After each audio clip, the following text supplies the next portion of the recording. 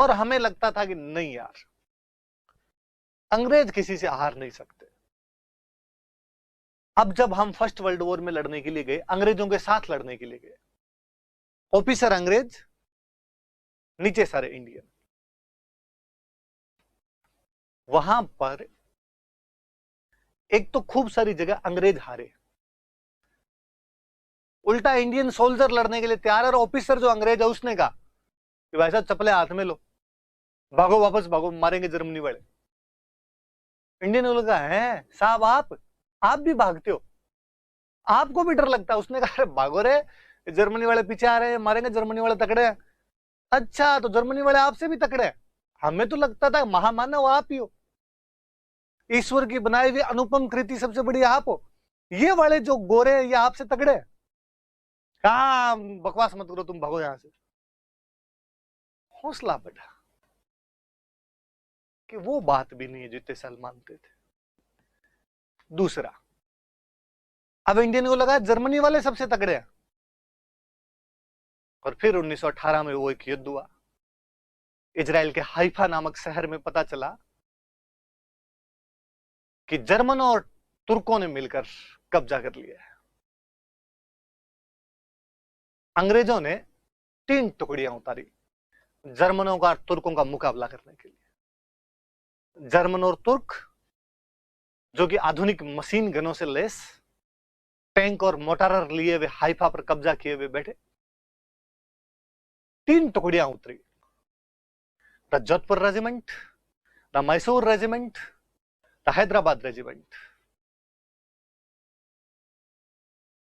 हैदराबाद का अंग्रेजों को कहीं ना कहीं थोड़ा डर लगता था कि यार तुर्कों के खिलाफ लड़ेंगे कि नहीं लड़ेंगे, इसलिए जोधपुर को उतारा शुरुआत में। चुनिंदा सैनिक बंदूकों और भालों से लड़ रहे थे, जर्मनी और तुर्की को हरा देते हैं। विश्व का प्रसिद्ध बैटल ऑफ हाइफा, वो हाइफा का युद्ध जिसे इजराइल आज भी याद रखता है। इजराइल उस दिन को हाइफा डे के रूप में मनाता है। अंग्रेज हमारे उन जोधपुर, हैदराबाद और मैसूर के सैनिकों से इतने प्रभावित हुए कि दिल्ली के अंदर हैदराबाद, मैसूर और जोधपुर के प्रत्येक सैनिक की वेशभूषा में 3 मूर्ति सर्किल नाम का एक सर्किल बनाया।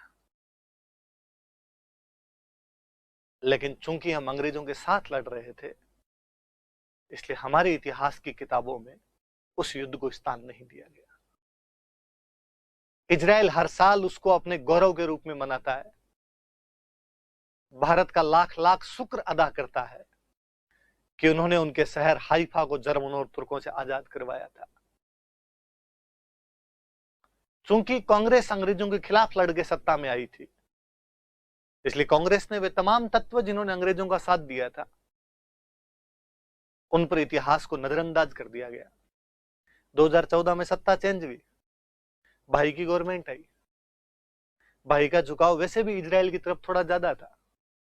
कांग्रेस इजराइल की तरफ ध्यान नहीं देती, कांग्रेस फिलिस्तीन की तरफ ध्यान देती थी, क्योंकि अंग्रेजों को, कांग्रेस को लगता था कि इजराइल का साथ देने से भारत का मुसलमान नाराज हो जाएगा।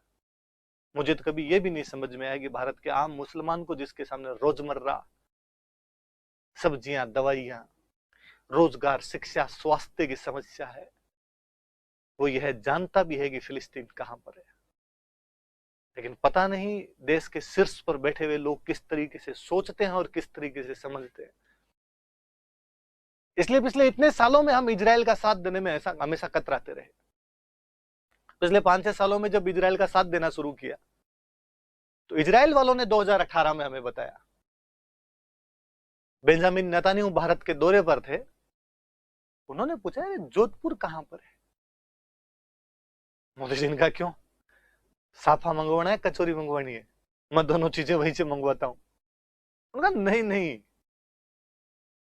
एक्चुअली आपके जोधपुर के लोगों ने हमें एक युद्ध जितवाया था, हाइफा का युद्ध। मोदी जी ने कहा ना ना, ऐसे थोड़ी होता है, हमें तो पता ही नहीं था। अरे क्या हुआ ऐसा, आप पता लगाओ। हिस्टोरियन से बुला के पूछा तो उन्होंने कहा सर वो अपने जो 3 मूर्ति सर्किल है उसमें 3 मूर्तियां लगी है, वो उनकी तो है। सरकार ने 3 मूर्ति सर्किल का नाम बदलते हुए हाइफा सर्किल किया। इजराइल ने कहा कि हम जोधपुर राज्य के सैनिकों पर डाक टिकट जारी करना चाहते हैं। इजराइल ने 200 साल पूरे होने पर 2018 में उस बैटल ऑफ हाइफा की याद में जोधपुर रेजिमेंट नाम से डाक टिकट जारी किया। जोधपुर के जिला कलेक्टर को, वहां के जो भी प्रशासनिक अधिकारी थे, उनको भारत सरकार ने भेजा कि आप उस युद्ध के 100 वर्ष पूरे होने के सम्मान में जो कार्यक्रम आयोजित किया जा रहा है उसमें भाग लीजिए। तब आम जन को पता चला कि हाइफा नाम का ऐसा कोई युद्ध हुआ था।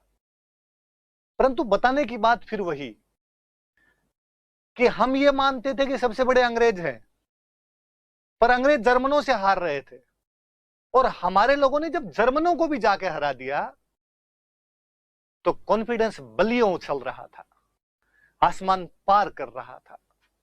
वो जो भावना कि तुम लोग अपराजय हो, अनबीटेबल हो, वो खत्म हो रही थी।